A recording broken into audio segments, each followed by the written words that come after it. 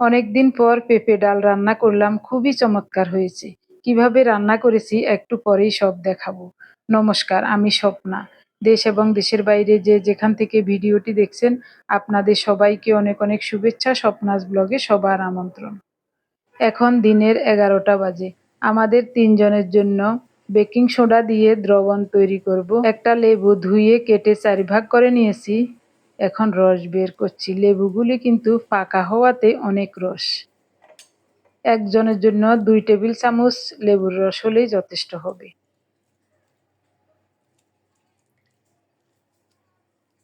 একটা লেবু দিয়ে 2 জনের জন্য 2 গ্লাস দ্রবণ তৈরি করব। আমার জন্য পরে করব।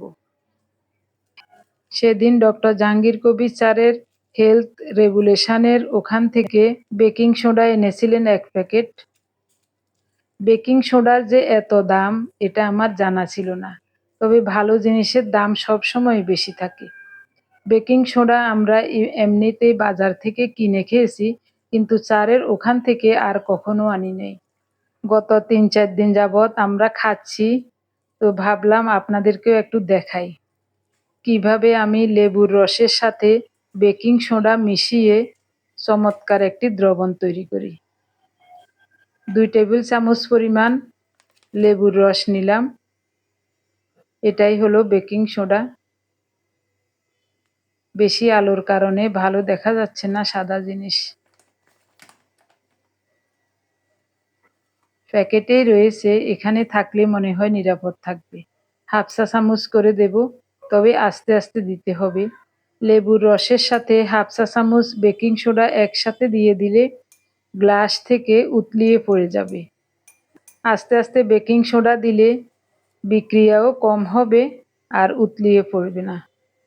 তারপরও মনে হচ্ছে পড়ে যায় কিনা, না পড়বে না। এখানেও ওভাবে দেব।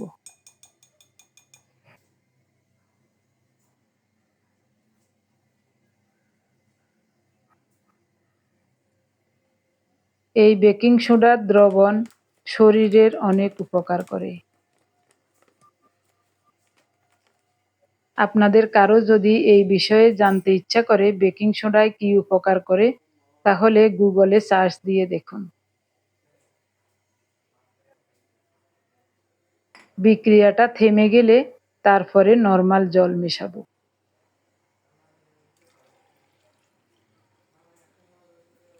বিক্রিয়া থেমে গেছে, নর্মাল জল মিশিয়ে নিলাম। এখন দেব 1 চিমটি পরিমাণ হিমালয়া পিঙ্ক সল্ট।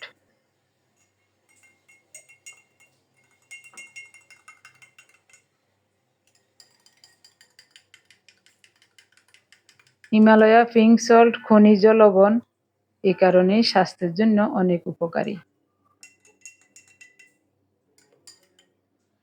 আগে ওদের বাপ বেটাকে দিয়ে আসি। এরপরে আমি 1 গ্লাস দ্রবণ তৈরি করে খেলাম। তারপরে হলুদ বেটে 3 জনে হলুদ চা খেয়েছি। এরপরে অল্প ভাত রান্না করে, আগের তরকারি ছিল পার্থকে ভাত দিয়েছি। আমাদের জন্য অল্প চিড়া ধুয়ে নিয়েছি। 4টা আমও ছুলে নিলাম। সকালের টিফিনে সৌরভকেও চিড়া ধুয়ে আম দিয়ে দিয়েছি। ওর খাওয়া হয়ে গেছে আরো অনেক আগে। এখন আবার সাধলাম, ও বলছে না পিসি খাবো না।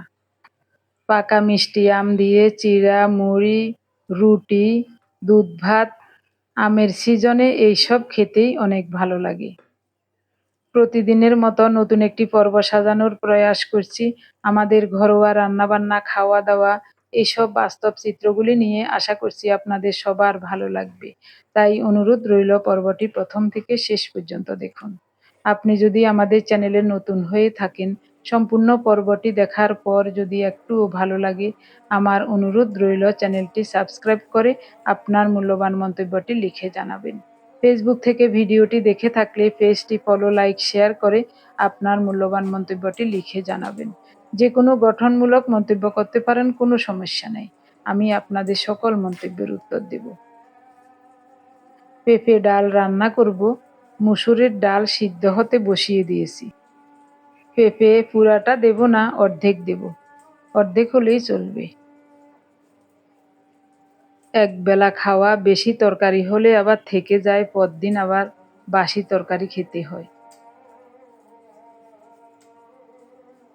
পেঁপের খোসা মোটা করেই ফেলতে হয়, না হয় তিতা লাগে।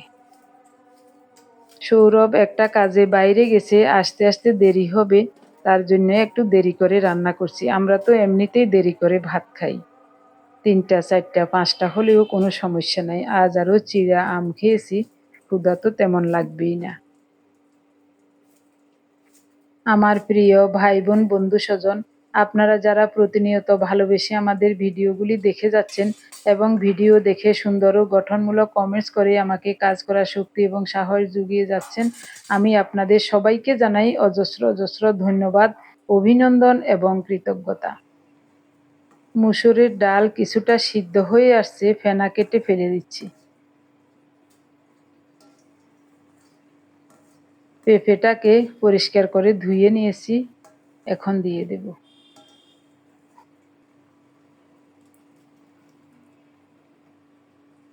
স্বাদ মতো লবণ, হাফ চা চামচ হলুদ গুঁড়ো, হাফ চা চামচ মিক্স মশলার গুঁড়ো দিলাম।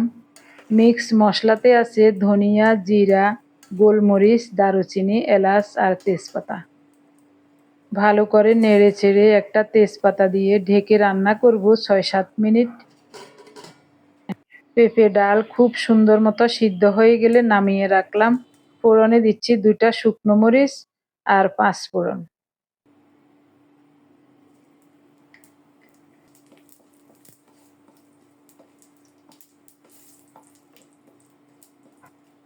শুকনো মরিচ 5 ফোড়ন ভাজা হলে অল্প একটু কুচানো পেঁয়াজ দিয়েছি।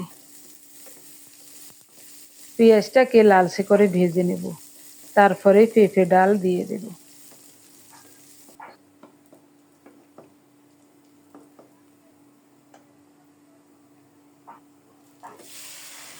পেঁপেগুলি সিদ্ধ হয়ে নরম হয়ে গেছে, কিন্তু একেবারে গলে যায় নাই। গলাবো না, এরকমই থাকবে, 2-1টা হয়তোবা ভেঙে দেব। 4-5টা কাঁচামরিচ ফালি করে দিয়ে দিলাম। ঢাকা দিয়ে 2 মিনিটের মতো রান্না করব, তারপরে নামিয়ে নেব। একেবারে মনের মতো করে রুই মাছের পেটি দিয়ে ঝাল রান্না করব। স্বাদ মতো লবণ, হাফ চা চামচ হলুদ গুঁড়ো, 1 চা চামচ গুঁড়ো মরিচ নিয়েছি। মাছগুলো খুব সুন্দর মতো মাখিয়ে নেব। তেল দিয়ে দিলাম, গোটা জিরা ফোড়নে দিয়েছি। ফোড়নটা রেডি হোক, এখন আমি মাছগুলো ভালো করে মাখিয়ে নেব। মাছের সাথে দেওয়ার জন্য একটা আলু, কয়েকটা বরবটি আর 3টা পেঁয়াজ কুচিয়ে রেখেছি। মশলা মাখানো মাছগুলো প্রথমে কড়াইতে বিছিয়ে দেব, ওই বাটিতেই সবজিগুলো ভালো করে মাখিয়ে উপর দিয়ে দিয়ে দেব। এটা একেবারেই আমার ঘরোয়া রান্না, তবে খুবই চমৎকার হয় এই রান্নাটি। কোনো ঝামেলা নাই, কম ঝামেলায় দারুণ একটা রান্না। এখন সবজিগুলো এই বাটিতে ভালো করে মাখিয়ে একটু নরম করে নিচ্ছি। আমি প্রায় সময় এই ধরনের রান্না করি। খুব সুন্দর মতো মাখানো হয়ে গেছে, এখন উপর দিয়ে দিয়ে দেব। বাটি থেকে সব টেনে দিয়ে দেব। এরপরে ঢাকা দিয়ে অল্প তাপে রান্না করব 6-7 মিনিট। 6-7 মিনিট পর মাছগুলো মনে হচ্ছে একটু লাল লাল হয়ে ভাজা হয়েছে। ও পিঠটা, হ্যাঁ, ঠিক লাল লাল হয়ে ভাজা হয়েছে। এখন উল্টিয়ে দিচ্ছি, সাথে সাথে সবজিগুলিও ভাজা হয়ে যাবে।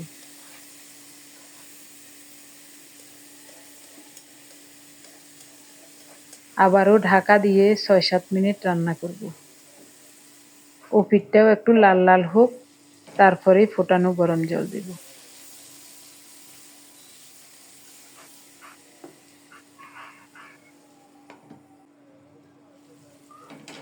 এবার দেব ফোটানো গরম জল।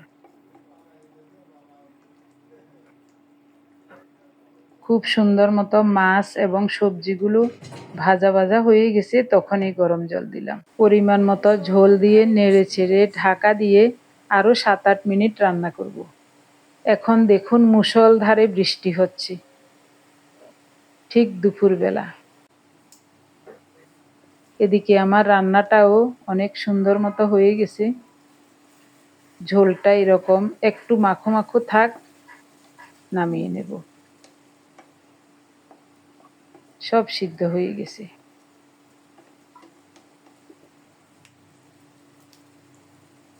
নামানোর আগে কয়েকটা কাঁচামরিচ ভেঙে ভেঙে দিচ্ছি।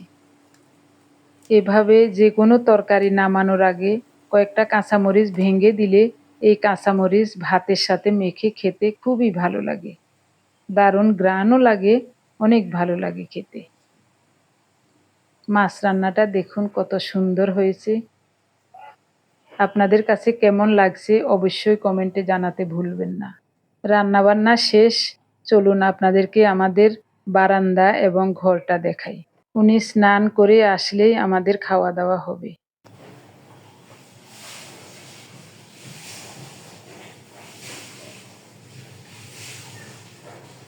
পুরো ঘরটা গুছিয়ে ঝাড়ু দিয়ে মুছে নিয়েছি, দেখাই আপনাদেরকে একটু। পাথর রুমটা দেখুন আগে। পাথর রুমের একটা ওয়ার্ড্রপ ছিল এই সাইডে, ওয়ার্ড্রপটা ও বলছে মা ওয়ার্ড্রপটা এদিকে থাকলে ভালো লাগেন না, বেশি হিজিবিজি হয়ে গেছে, ওটা ওই দিকে নিয়ে রাখেন। তা আমি বলছি তো জামা কাপড় তো ওয়ার্ড্রপের ড্রয়ারে থাকে। বলছে অসুবিধা নাই, আমি এনে এনে ওখান থেকে এনে ব্যবহার করব, আবার ওখানে রাখবো। তো টেবিলটা ওদিকে রেখেছি, আর এই জায়গাটা একেবারে খালি। এখন আসলেই খুব ভালো লাগছে। ওয়ার্ড্রপটা কোথায় রাখছি আপনাদেরকে দেখাবো। ঘরটা একেবারে ঝকঝকে করে মুছে নিয়েছি। ঘর পরিষ্কার না থাকলে পাড়া দিতে আমার কাছে একটু ভালো লাগে না। রান্নাঘরটা দেখুন। চুলা মুছার কাপড়টা ধুয়ে জানালার সাথে মেলে দিয়েছি, শুকিয়ে গেলে এদিকে এনে রাখবো। ইন্ডাকশন ওভেনটা ওটা দিয়ে মুছি। রান্না শেষে আবার পরিষ্কার করে ধুয়ে চিপে শুকাতে দিয়ে রাখি।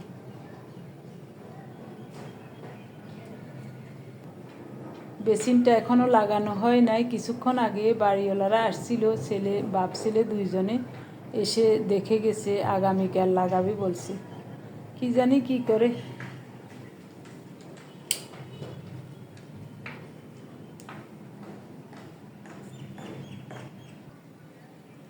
রান্না বান্না সেরে ঘরের সব কিছু গুছিয়ে স্নান করে পূজার্নিক সেরে নিয়েছি। এখন খাওয়া দাওয়ার পালা। রান্না করে সব এখানে নিয়ে আসলাম। না, আরও একটা তরকারি বাকি আছে, ওটা ওখানে রয়েছে। ওয়ার্ড্রপটা এখানে রাখছি দেখুন। ওই ডয়ারে পাথর কাপড় চোপড় আছে। আর এই দুইটা হলো বইয়ের বস্তা। এগুলি কি করি, কোথায় রাখি জানি না গো। চাউলের বস্তা, চাউলের ড্রাম, ওই পুটলি পাটলি যা আছে সব ওখানে রাখছি। আর দুইটা কম্পিউটার উপরে উঠে রাখছি। ওই সিপিইউটা একটু সমস্যা আছে, এ কারণে সিপিইউটা ঠিক করাবে। পার্থ বলছে এখন এখানে থাক, পরে ঠিক করাবো। মনিটর দুইটাও উপরে উঠে রাখছি। আগে তো দুইটা কম্পিউটারে কাজে লাগতো, মেয়েরা সহ আসিল। এখন তো ওই কম্পিউটারে কাজ করার তেমন কেউ নাই। ওই দেখুন বেসিনটা এখানে এনে ফেলে রাখছি।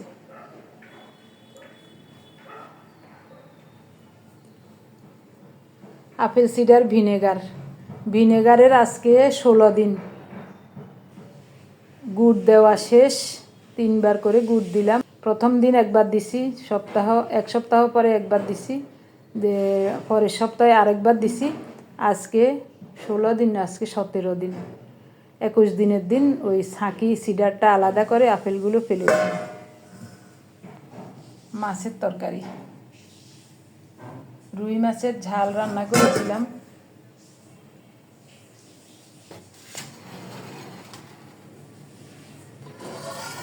আর এটা হলো পেঁপে ডাল। খাওয়ার সময় মনে থাকে না, তাই আগেই লেবু কেটে কয়েকটা কাঁচামরিচ সহ ধুয়ে এখানে এনে রাখলাম। রেডি করে নেব। এবার স্নান করে বাইরে এসে মাত্র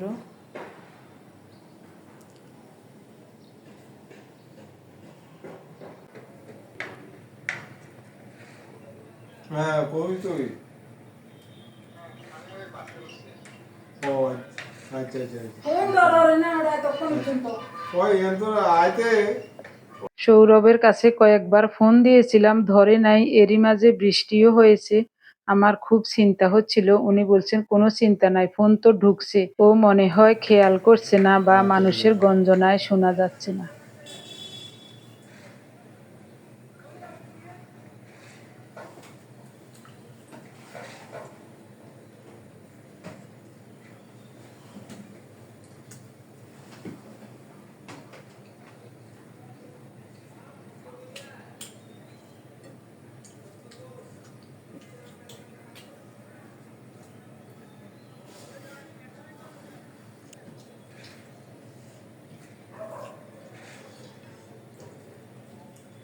কেমন হয়েছে পেঁপে ডাল? ভালো হয়েছে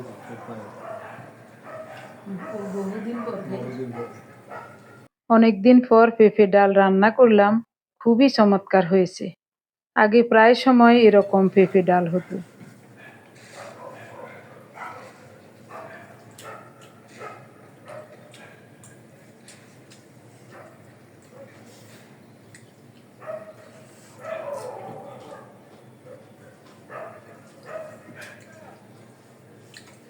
গতকাল সৌরভ আসছিল, তো আজকে একটা কাজে ও গুলিস্তান গেছে, এখনো আসে নাই। এ কারণে চিন্তা লাগছে, কতবার যে ফোন দিছে।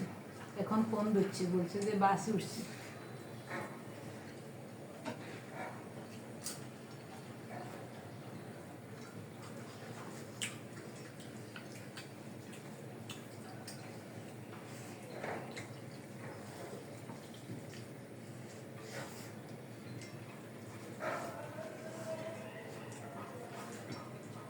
কাল যে লেবু আনছ, লেবু এগুলিতে অনেক রস, ফাইন লেবু 1 ডজন নিয়ে আনছো। কত নিচে একটা? 20 টাকা। গতকালের ভিডিও দেখে আমার একজন প্রিয় মানুষ লিখেছেন, আপনারা ভাত খাওয়ার সময় ভিডিও কে করে দেয়? কেউ করে না, স্ট্যান্ডের উপর মোবাইল বসিয়ে ভিডিও করি। মাগো, শুধু ডাল দিয়ে তো খাইলে না। আরেকজন প্রিয় দিদি লিখেছেন, আপনার ভিডিওগুলি কে এডিট করে দেয়, দাদা ভাই না আপনি? না দিদি, আমি ভিডিও করি, আমি এডিট করি, আমি ভয়েস দেই, আমি আপলোড দেই, আমি সব কাজ করি। প্রথম 6 মাস আমার ছেলে ভিডিও এডিট করে আপলোড দিত, এরপর থেকে আমি করি। ধনিয়া, জিরা, দারুচিনি, এলাচ, গোলমরিচ একসাথে গুঁড়ো করে রাখছিলাম, ওখান থেকে সামান্য একটু দিছি। কি যে চমৎকার হয়েছে এখন, এই কারণে। 2 দিদিকে অজস্র অজস্র ধন্যবাদ, খুব সুন্দর কমেন্টস করেছিলেন। আসলে যে যেই কাজ করে সেই কাজ সম্পর্কে ভালোভাবে সবকিছু জানা না থাকলে ওই কাজটা সুসম্পন্ন হয় না। যেমন আমি গত 35 বছর যাবৎ কাপড় সেলাই করতাম। প্রথম সেলাইয়ের মেশিনের সম্পর্কে কোনো ধারণা ছিল না। মেশিনের সামান্য সমস্যা হলেই দোকানে নিয়ে যেতাম, যেখান থেকে কিনেছিলাম ওই দোকানে নিয়ে যেতাম। তখন আমি খেয়াল করতাম যে কিভাবে ঠিক করছি। যখন দেখতাম যে কোনো কিছুই না, সামান্য একটু ভুলের কারণে মেশিনটা আমি এত কষ্ট করে দোকানে নিয়ে আসলাম, এটা তো আমি বাড়িতেও ঠিক করতে পারতাম। এভাবে 2 একবার যখন মেশিনটা দোকানে নিয়েছিলাম, ওরা যখন কাজ করতো আমি তাকিয়ে থাকতাম আর জিজ্ঞাসা করতাম কিভাবে কি হচ্ছে, কি কেন এরকম হলো। তখন ওরা বলে দিত সুন্দরভাবে। 2 একবার নেওয়ার পরে মেশিন সম্পর্কে আমার ধারণা হয়ে গেছে। তারপর থেকে আর কখনো মেশিন দোকানে নিতে হয় নাই। যে কোনো সমস্যা হয়েছে নিজেই সেটা সমাধান করে নিয়েছি। যদি কোনো পার্টস পরিবর্তন করতে হয় তাও এখন বুঝি। প্রথম বুঝতাম না, এখন সবই বুঝি। সেই রকমই যে কোনো কাজ করতে হলে ওই কাজের সম্পর্কে ভালোভাবে ধারণা থাকতে হবে। যদি না থাকে ওই ধারণাটা নিজেই তৈরি করে নিতে হবে, তাহলে আর কোনো সমস্যা হবে না বড় ধরনের। সব সমস্যা নিজেই সমাধান করতে পারবেন। যেমন পেঁপে ডাল চমৎকার হয়েছে, তেমনি মাছের তরকারিটাও খুবই চমৎকার হয়েছে, খাওয়াটাও অনেক ভালো হয়েছে। সবাই ভালো থাকুন, দেখা হবে আগামী পর্বে।